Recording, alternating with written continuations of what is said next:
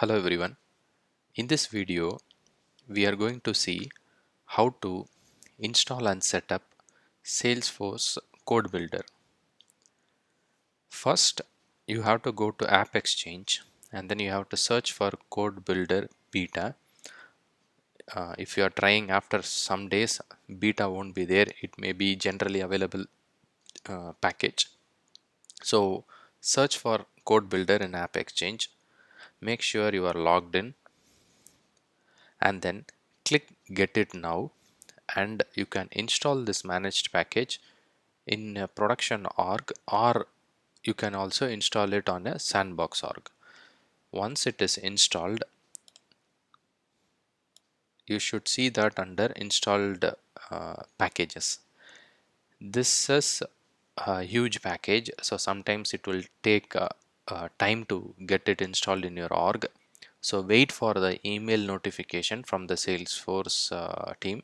So once it is installed successfully, you will receive an email notification, and verify that email notification whether it is successful, and after that come to installed packages in Salesforce setup and verify that it is installed. Yeah, once it is installed, in the app launcher search for Code Builder. Once you search for Code Builder, you can see that app. It should be under app.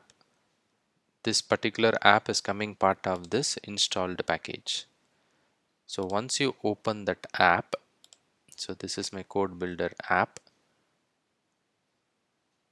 you can click new project and then you can create a new project. For creation of new project and also for this app exchange product link, I have all these steps in my blog, so please check the video description for my blog post. Once you are done with creating a new project, it will ask for credentials. It will also allow you to access your Salesforce metadata, so grant access to allow, and after that it will take some time to create this project. Once the project is created, just refresh the browser here and click launch. If you want to give a different name or anything like that, you can click rename. If you are done with the development and then if you want to scratch this, you can just click delete. So once you click launch, it will open it like this. For example, now this is my personal laptop. If I go and work on a public a place where I didn't bring my personal laptop, or if I go to my office and work from my local PC machine, then the same thing. I have to log in into my Salesforce org. I have to go to Code Builder app, and then I have to click launch. The VS Code will open. So it is very easy and convenient. Once it is done, so when I created a project, I created a project with this project type as standard. So it will not have any components. So let's say I want all my LWC component.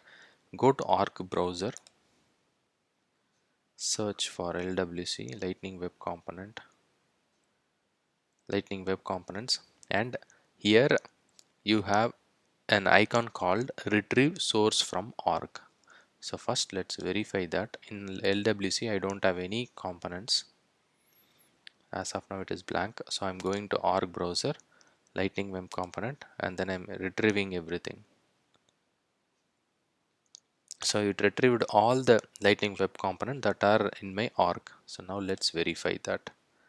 See, it previously that LWC was blank. Now I have all the components, so you can edit it.